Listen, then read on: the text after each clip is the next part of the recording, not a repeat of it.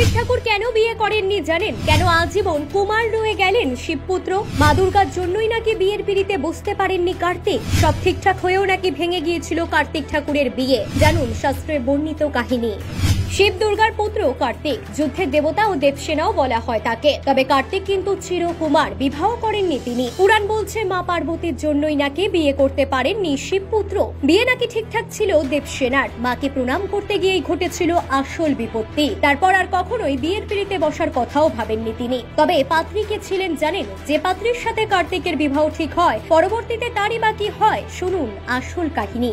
এবছর কার্তিক পুজো পড়েছে 30শে কার্তিক, অর্থাৎ 16ই নভেম্বর শনিবার। সদ্য যারা নতুন সংসার পেতেছেন তাদের ঘরে বেশিরভাগ হয়ে থাকে কার্তিক পুজো। এছাড়াও সন্তানের মঙ্গল কামনায় অনেকেই করে থাকেন কার্তিক আরাধনা।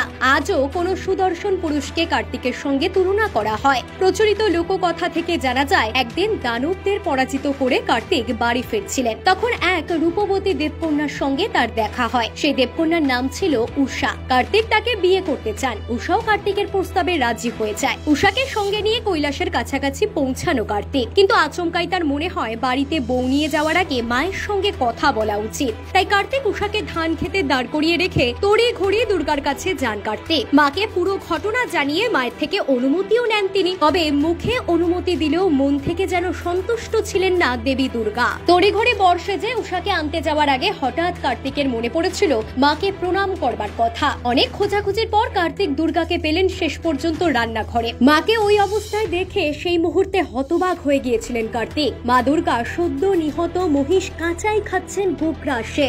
এই দৃশ্য দেখে কার্তিক মাকে প্রশ্ন করে, কেন তিনি এমন করছেন? দুর্গা উত্তরে কি বলেছিল জানেন? দুর্গা উত্তরে কার্তিককে বলেন, তুই বিয়ে করে ঘরে বউ আনলে কোনোদিন হয়তো বউ খেতে দেবে, কোনোদিন হয়তো খেতেই দেবে না, তাই স্বাদ মিটিয়ে খেয়ে নিচ্ছি। কার্তিক বুঝলেন দুর্গার মত নেই বিয়েতে। প্রতিজ্ঞা করলেন জীবনে আর বিয়েই করবেন না। ওদিকে উষা ধান খেতে কার্তিকের অপেক্ষায় ঠায় দাঁড়িয়ে রইলেন, কিন্তু কার্তিক আর ফেরেন না। শেষ পর্যন্ত উষা জানতে পারলেন সব, তুললেন কার্তিকের প্রতিজ্ঞার কথা। লজ্জায় উষাও পণ করলেন তিনিও আর কাউকে মুখ দেখাবেন না, চিরকাল ধান খেতে লুকিয়ে থাকবেন। সেই কারণেই কার্তিক চিরকুমার হয়ে থেকে গেলেন, আর উষাও রয়ে গেলেন ধান খেতে। কার্তিক মাসেই আমন ধানের শীষ বের হয়। বলা হয় এই আমন ধানের শীষই নাকি উষা।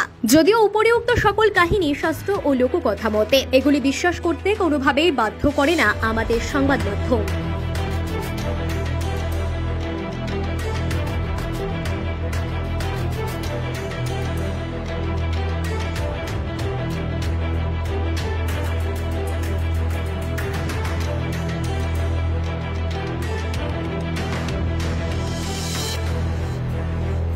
Bureau report, news Bharat.